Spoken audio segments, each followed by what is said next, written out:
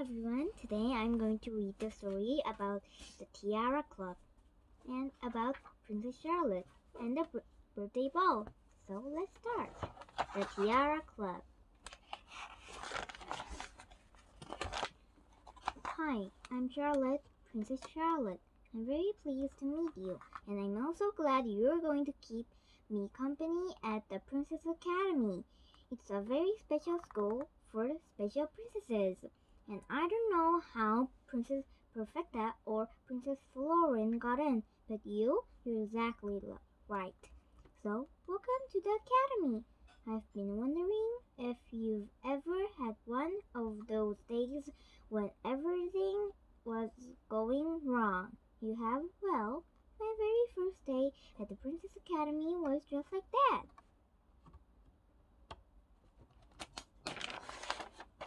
I stood in the doorway and stared. I'd never seen a school dormitory before, and I couldn't believe my eyes. It was a long, thin room, and although the walls are a lovely rose pink, it was so empty. Just 6 dresses, 6 chairs, and 6 beds, arranged in neat and tidy rows. And a thought hit me, slunk! I was going to have to share with 5 other princesses, I guessed. I did my best to pretend it was a sort of cough, but it wasn't easy. And then I saw something else, and my mouth dropped open, and I really couldn't close it. None of the beds had satin sheets. The sheets were plain white cotton, but they'd look very clean. All the same, how could any princess be accepted to sleep on plain cotton sheets? Now, dear, unpack your things and make yourself at home, Prince Gloragana smiled at me as if everything was perfectly normal and waved me toward the bed by the window. You're the first one here in the Rose Room, but the other princesses will be arriving any minute. They're all lovely girls, and I'm sure you'll become great friends. The principal waved again, and she glided away. Her long velvet skirts brushed the floor as she went. Oh, dirty. Thank you, Your Majesty, I said as politely as I could, but my heart was thumping. I hurried to the window and looked out. I was just in the time to see my father's golden coach glittering and hanging in the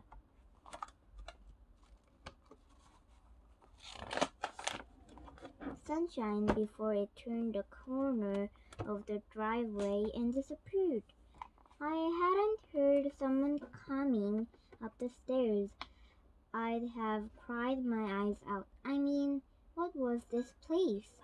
I'd been reading up about the Royal Palace Academy for the preparation of perfect princess for ages. The brochure was full of pictures of sweeping staircases and the magical lake with swans floating on their own reflections. Best of all, there was the Princess Academy and well, I don't know this word, so I'll just pass. Birthday ball, it looked fabulous. Imagine the most wonderful ballroom ever, with a dark blue ceiling lit by millions of tiny sparkly stars and lots of the most beautiful princesses in the loveliest dress twirling around and around the room. And it all happened on the very first evening of the new school year. I'd been dreaming about the birthday ball. I could imagine every head turning as I drifted onto the dance floor. I decided my dress would be soft pink with lots of swirly petticoats, and my tiara would be so sparkly that everyone would be completely dazzled. No one would ever notice my hair was... Ah, sorry everyone.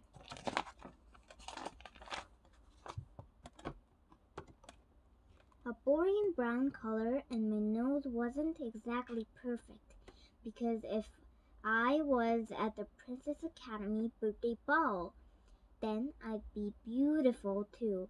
I nagged and nagged Mom and Dad until they said I could go to the academy, and then I nagged a whole lot more until Mom agreed to let me have a dress I'd imagined.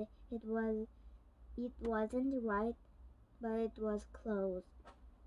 I counted every single day until the beginning of the school year, but I started miserably out of the window. I knew I'd made a huge mistake. Queen Gorilla was scary. The school was too big. The dormitory was awful. I didn't want to share a room with anyone, let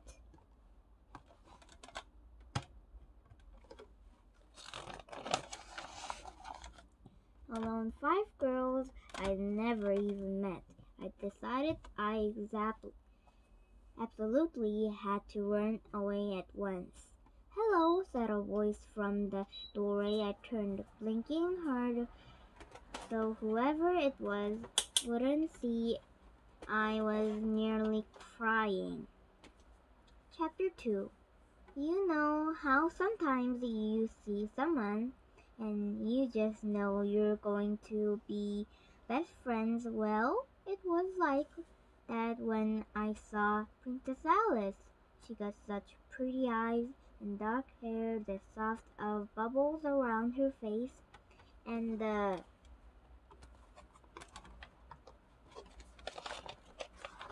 most beautiful, wonderful smile. I mean, the most wonderful smile.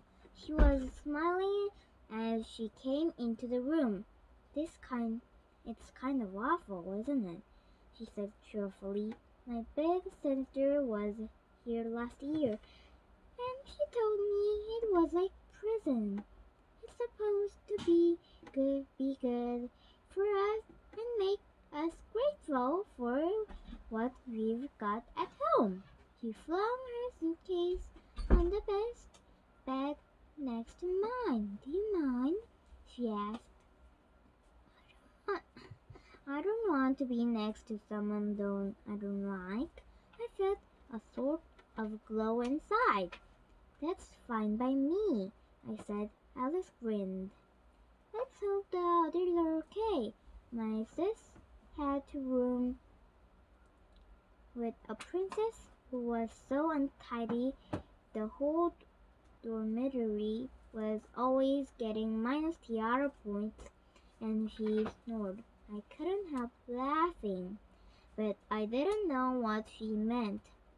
What are tiara points? It's amazing. Alice's eyes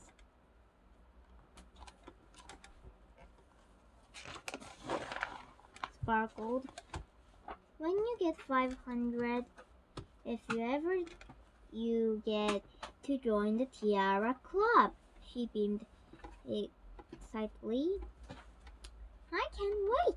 There's a fantastically wonderful party to celebrate, and you're given a whole bunch of presents, and you get to move up to the second year, and then you're a senior, and you stay in the Silver Towers, and you have such an incredible time. Wow, I said. I was just about to ask what happened if you didn't have 500 tiara points and 500 points when the door banged open and 4 more girls came bursting into the room. When they saw me and Alice, they stopped and stood up straight. They thought The tallest, who was beautiful in a very pale blonde kind of way, gave us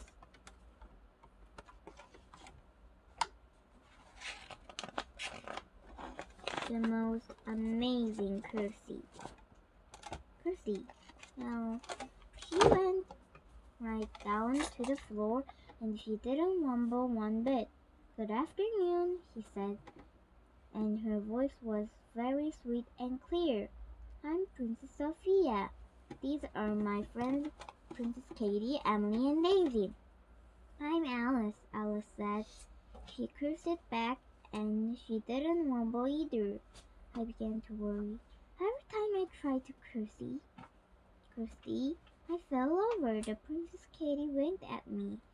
She had dancing green eyes and red gold hair that curled all over her head. "Don't be put off by Sophia," she said. "She just can't help showing off. It's terribly boring for her being so beautiful. But she's okay, really." "Who are you?" "I'm Princess Charlotte," I said.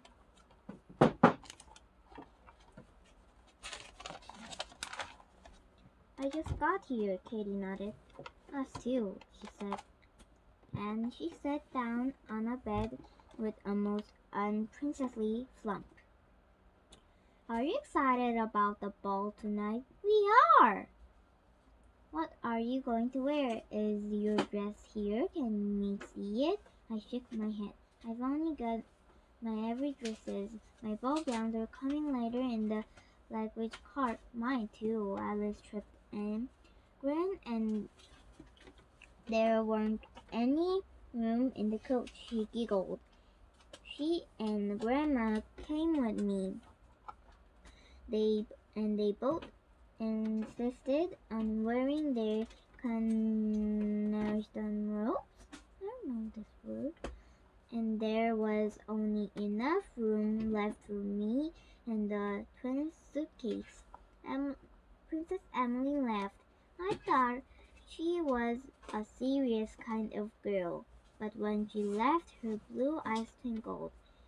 "We all came in Sophia's coach. It's enormous." We rattled around inside it as peas in a great big golden pod. "But did this mean we could pile tons of luggage on the roof?" Her voice suddenly trailed away, and her face was very pale. "What's the matter?" asked Princess Daisy. She was the littlest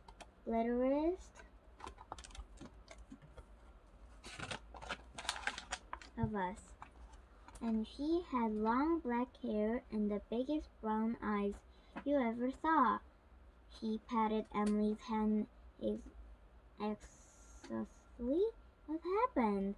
"The language," Emily said. "I know the coachman brought in our cases from inside the coach, but I'm almost sure he didn't get anything from the outside." There was a terrible silence. Then Sophia said, "Are you really sure, Emily?" Katie dashed to the window and peered out. "I can see our suitcases piled up by the steps," she said. "And the trunks?" Emily asked. Her voice was trembling. "Oh, do you say they're here? I mean, they're there." Katie leaned out so far I was scared she'd fall, but she didn't. Pulled herself back in, her eyes shining. "Quick," she said. "The coach is still there, and the coachman's talking to the footman by the front door. Was at the front door, and the trunks are on the roof. This is the Tiara Club Princess Charlotte sticker, but I have used it already, but there's a little bit left, so Nothing. I was just saying something. Then let's just continue. Okay? Chapter 3. We all ran as fast as we could down the stairs. Even elegant Sophia, surprised, had popped out from doors as we dashed past. But we didn't pay any attention to them. We poured out the grand front door just in time to see an I don't know this word. If you know it, please send it in the like. Well, I don't know this ANCIENT word. I'm not really good at English, actually. So just please, nothing. Coach rumbled away. It was headed toward the bridge over the river that floated into the palace lake. Our ball gowns, gasped Sophia. Our tiaras, wailed Daisy. Sophia, Emily, Daisy, and Katie stared at each other. You have nothing to wear to the birthday ball, Katie said, and the other three burst into a flood of tears. No, I'm truly not trying to brag, but I can run really fast. When I saw how upset Sophia, Katie, Emily, and Daisy were, I hitched up my skirts and spun it after that coach yelling, Stop! Stop! Please stop! Stop! I caught up with the coach just as I landed on the bridge. I could see the coachman had finally heard me because he turned around to look. So, I think this Charlotte is so pretty, and her name is so pretty, don't you think? I'm back, I squeaked.